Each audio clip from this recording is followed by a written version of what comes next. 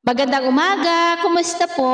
Narito po ulit ang update natin para sa lagay ng ating panahon ngayong umaga po ng September 9, 2023 na kung saan sa ngayon po ay halos walang habagat na umaabot po dito sa ating kalupaan gaya po ng inyong nakikita, pero mayroon pang monsoon trough na nagdudulot ngayon ng mga isolated rains dyan po sa ilang bahagi ng Kabisayaan at Mindanao. Pero next week po sa susunod na mga araw ay lalakas muli ang habagat sa huling pagkakataon, and by third week of this month ay pawala na po ang habagat at patungo na po tayo ng amihan season.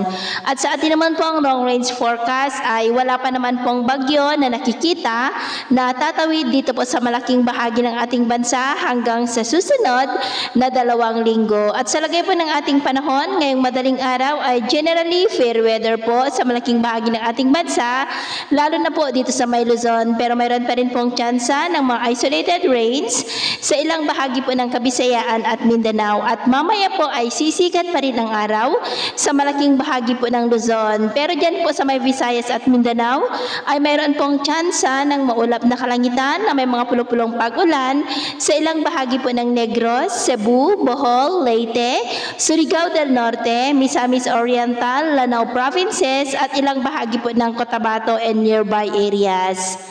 At mamayang hapon po, mas mataas na muli ang tsansa ng maulap na kalangitan na may mga pulupulong pag-ulan sa mas malaking bahagi na po ng ating bansa, lalo na po dyan sa may Mindanao.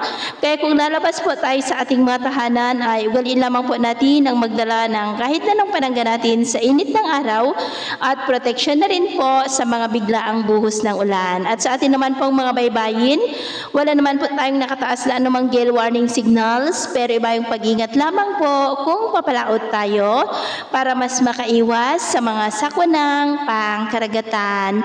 So, yun po ang latest update natin sa araw na ito. At ako po muli si James na nagsasabing sa kahit na pagsubok po na darating sa ating buhay, huwag na huwag po tayong mawawalan ng pag-asa. Thank you and God bless!